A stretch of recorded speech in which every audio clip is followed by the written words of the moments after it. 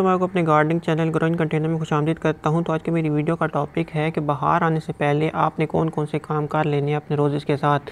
ये वाले काम आपने नेगलेक्ट नहीं करने अगर आप चाहते हो कि आपके रोज़ेज़ पे ना ढेरों फ्लावरिंग आई है। देखिए मेरे एक रोज़ पे कितने सारे फ्लावर आए हैं। तो बाहर आने से पहले ना आपने ये काम ज़रूर कर लेने हैं, क्योंकि ना फिर ना अगर लेट हो गए ना तो फिर वैसा अच्छा लॉट नहीं आता। तो चलिए वीडियो को स्टार्ट करते हैं।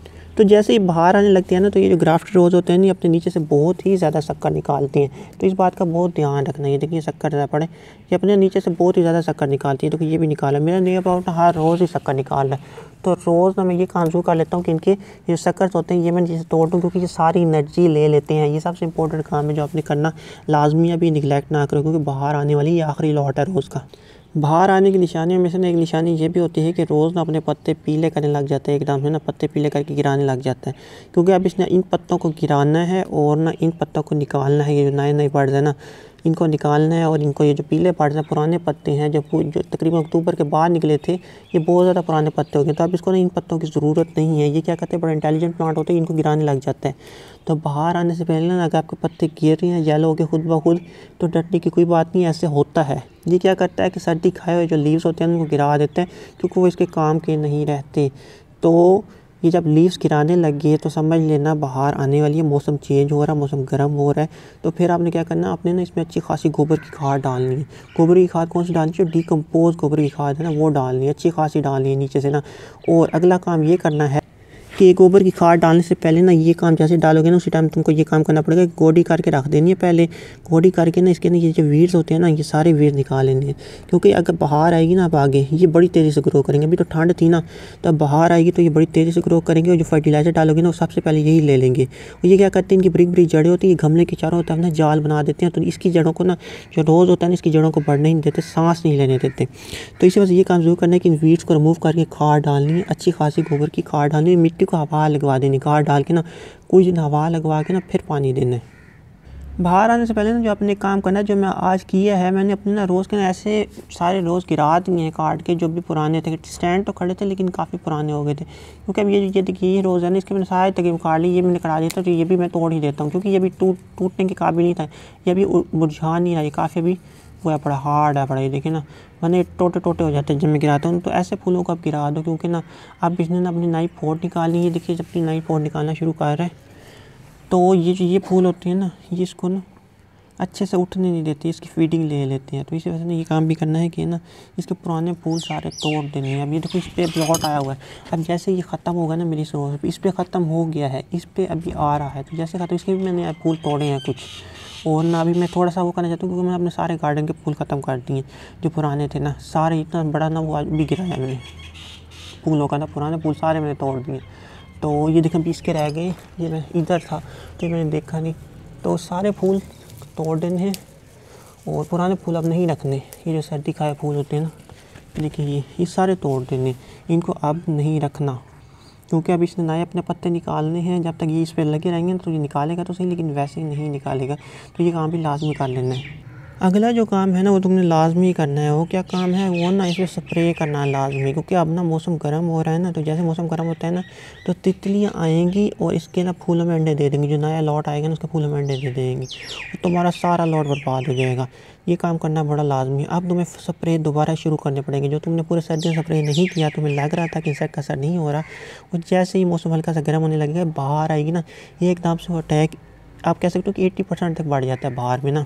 बाहर में ना बहुत सारे इंसेक्ट एक साथ अटैक करती हैं। तितलियाँ अपने लार्वे छोड़ देती हैं फूलों में, सफ़ेद मक्खी आ जाती है, काला तेला, सब्ज़ तेला आ जाता है, और बहुत सी इंसेक्ट हैं। स्नेल आ जाती हैं। स्केल नहीं आता क्योंकि नमी नहीं होती इतनी ज़्यादा हवा में। स्केल आता है जब ना बहुत ज़्यादा वो पड़ती है, बारिश होती हैं। अगर आपके बाहर में बारिश हो रही है तो फिर स्केल भी आ सकता है। तो अब तुमने तैयार हो जाना है कि तुमने अब स्प्रे करना शुरू कर देना है। ये देखो, जब आपके पत्ते ना, ये फूलों के ना पेटल, जो ऐसे फूल हैं जो कलर बदलते रहते हैं, उनके पेटल ना बहुत ज़्यादा डार्क कलर के होने लग गए ना। ये देखिए, ये बहुत ज़्यादा डार्क कलर निकालने लग गए आपने, तो समझ लेना कि बाहर आना शुरू हो गई है। क्योंकि ऐसे कलर बाहर में निकलते हैं। देखो, इतने तेज़ कलर पूरा साल नहीं निकले, तो अब निकल रही है, तो इसका मतलब है बाहर आना शुरू हो गई। जब ऐसे फूलों के कलर होने लग जाए ना, तो बाहर आने लग जाते, तो अपने ट्रू कलर निकालने लग जाते हैं। क्योंकि मौसम बड़ा वो होता है, इफ़ेक्टिव होता है, बड़ा शानदार मौसम होता है रोज़ के लिए। तो इसीलिए ना वो अपने ना ट्रू कलर निकालने लग जाते हैं। क्योंकि धूप भी अच्छी मिलती है, रातों को ठंड होती है, मौसम बड़ा आउटस्टैंडिंग होता है। ये देखो, ये अटैक होता है, देख रहे हैं। ये इंसेक्ट अटैक है, तो स्प्रे करना भी आप शुरू कर दो। कोशिश ये करो कि आप रोज़ की ना प्रूनिंग ना करो कम से कम, क्योंकि ना अब इसकी ब्रांचेस की ज़रूरत होगी, लेकिन फिर भी करना चाहते हो तो कर सकते हो, मैं ये नहीं कहता नहीं कर सकते। रोज़ प्लांट हेल्दी है, काफ़ी अच्छा है और तुम्हें उसकी शेप अच्छी नहीं लग रही तो फिर तुम कर सकते हो। लेकिन अगर रोज़ प्लांट अनहेल्दी है, नया नया रोज़ लेके आया, तो उसकी तो बिल्कुल भी नहीं करनी, उसकी अगले साल करनी है। जो पुराने रोज़ेस हैं, यानी कि आप पहले करना भूल गए थे, आपने छोड़ दिया था, फूल आ रहे थे, तो उसकी भी आप प्रूनिंग कर सकते हो, उठ जाएंगे वो। तो फाइनल टाइम है, अभी कर सकते हो अगर करना चाहते हो तो, लेकिन मैं रिकमेंड नहीं करूँगा कि तुम करो। तो ये होगी अगली बात। कोशिश करो कि रोज़ को ना अब अपनी परमानेंट प्लेस पे रख दो जहाँ तुमने उसको पूरी गर्मियाँ रखना है। ऊपर अभी वो ना कर लगाओ ग्रीन नेट, छत पे है ना, अभी ग्रीन नेट ना लगाओ, उसको जगह की आदत होने दो। जगह नहीं बदलनी, गर्मी में जगह बदलनी होती है, अभी बदलनी होती है। ये फाइनल टाइम है कि जगह बदलनी है तो अभी बदलो, बाद में ऊपर नेट कर देना, लेकिन बाद में जगह ना बदलना है, क्योंकि रोज़ ना शौक में चला जाता है, तो ये बात भी ध्यान में रखना। अब एक और बात ध्यान में रखना कि ना अब ना एकदम से जब रोज़ अपने पत्ते निकालेगा ना, तो ये पूरा की पूरा ना जंगल बन जाएगा। तो इस जंगल को हटाने के लिए ना आपने इसके नीचे वाले पत्तों को थोड़ा गिराना पड़ेगा खुद ही। ये देखिए मेरा रोज़ कितना हेल्दी है, कितना बड़ा है, ये देखिए, ये देखिए। और इसके मैंने नीचे वाले पत्ते ना गिराए हुए हैं, नीचे से खाली रखा हुआ है। तो आपने भी ऐसे करना। ये जो पीले पत्ते हो रहे हैं, ये मैंने इससे छोड़े हैं कि अपने खुद ही गिरा दे पत्ते। तो ऐसे हवा का गुजर बना कर रखना, क्योंकि अब बहुत तेज़ी से पत्ते निकलेंगे। ये उसका ना संभल लेके ना बहुत ही अच्छा टाइम है ग्रो करने का ना रोज़ का, तो अपनी फुली उसमें आता है, कैपेबिलिटीज़ में आता है। तो कोशिश करो कि नीचे वाले पत्ते हैं, चाहे वो ग्रीन भी हैं तो वो उतारो। लेकिन अगर आपके पत्ते पीले का आ रहा है खुद, तो फिर ना उतारो, क्योंकि उसमें नाइट्रोजन डेफिशिएंसी हो गई है। अगर आप ये वाले पत्ते गिरा दोगे ना, तो फिर ऊपर पर पहुंच जाएगी वो।